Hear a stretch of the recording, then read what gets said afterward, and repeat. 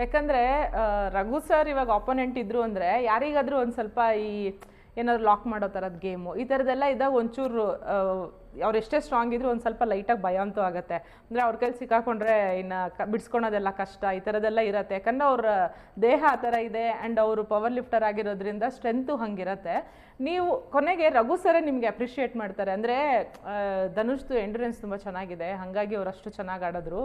ಅಂದರೆ ನನ್ನ ಏಜಿಗೂ ಅವ್ರ ಏಜಿಗೂ ತುಂಬ ಡಿಫ್ರೆನ್ಸ್ ಇದೆ ಅಂತೇಳಿ ಅವ್ರನ್ನ ಎದುರಿಸಿದ್ದು ಯಾವ ರೀತಿ ಇತ್ತು ಅಂತ ಈ ಫಿಸಿಕಲ್ ಟಾಸ್ಕಲ್ಲೆಲ್ಲನೂ?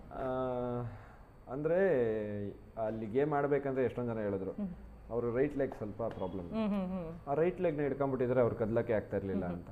ನನಗೆ ಅವ್ರಿಗೇನೋ ಪ್ರಾಬ್ಲಮ್ ಇದೆ ಅಂತ ಗೊತ್ತಿದ್ದು ಅದನ್ನ ಮುಟ್ಟೋದು ನನಗೆ ತಪ್ಪು ಅಂತ ಅನಿಸ್ತು. ಅವ್ರಿಗೆ ಹೇಳಿದ್ದೆ ನಾನು, ತಲೆನೇ ಕೆಡಿಸ್ಕೊಂಬಿಟ್ಟು ನಿಮ್ಮ ಬಲಗಲ್ಲಿ ನಾನು ಮುಟ್ಟೋದೇ ಇಲ್ಲ ಅಂತ. ಕಷ್ಟ ಆದರೆ ಆಗಲಿ ಪರವಾಗಿಲ್ಲ, ಕಷ್ಟಪಟ್ಟು ಗೆಲ್ಲನ ಬೇಕಾದ್ರೆ ಅವ್ರ ಒಂದು ವೀಕ್ನೆಸ್ನ ಹೊಡೆದು ಗೆಲ್ಲಬಾರ್ದು. ಅದನ್ನ ರಘು ಸರ್ಗೂ ಹೇಳಿದೆ ನಾನು ಯಾವತ್ತೂ ನಿಮ್ಮ ಬಲಗಲ್ಲಿ ಹಿಡಿಯಲ್ಲ ಸರ್, ತಲೆನೇ ಕೆಡಿಸ್ಕೊಂಬಿಡಿ, ಅದನ್ನ ಮುಟ್ಟಕ್ಕೆ ಅದು ತಂಟೆಗೆ ಹೋಗಲ್ಲ ನಾನು ಅಂತ. ಆ ಟಾಸ್ಕಲ್ಲೂ ಅಷ್ಟೇ ನಾನು ಅವ್ರ ಕಾಲನ್ನ ಮುಟ್ಟಕ್ಕೆ ಹೋಗ್ಲಿಲ್ಲ. ಅಂದ್ರೆ ನಮಗೂ ಸ್ವಲ್ಪ ಭಯ ಆಯ್ತಲ್ಲಿ. ಮಣ್ಣೆಲ್ಲ ಮುಗಿಸಿ ಬಂದು ಬಜಾರ್ ಆಗುತ್ತೆ, ಒಂದು 5 ಮಿನಿಟ್ಸ್ ಇರುತ್ತೆ, ಇನ್ನು 5 ಮಿನಿಟ್ಸಲ್ಲಿ ಅದನ್ನ ಓಲ್ಡ್ ಮಾಡಬೇಕು ಅಂತ. ಅವ್ರು ಏನು ಓಡ್ ಬರ್ತಾವ್ರೆ, ನನಗೂ ಸ್ವಲ್ಪ ಲೈಟಾಗಿ ಝಲ್ಕ್ ಅನಿಸ್ತು.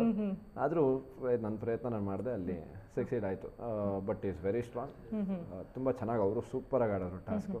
ನಾನು ಇರಲಿಲ್ಲ ಅಂದರೆ 100% ಟಾಸ್ಕ್ ಮಾಸ್ಟರ್ ಅವ್ರಿಗೆ ಬಂದು ಅವ್ರು ಇರ್ತಾ ಇದ್ರು. ಓಕೆ, ಇನ್ನು ನೀವು ಮತ್ತು ಅಭಿ ಅಂತ ಬಂದಾಗ ನಿಮ್ಮಿಬ್ಬರಿಗೂ ಒಂದಷ್ಟು ಟೈಮಲ್ಲಿ ಆಪೋನೆಂಟ್ ಇದ್ರಿ ನೀವು.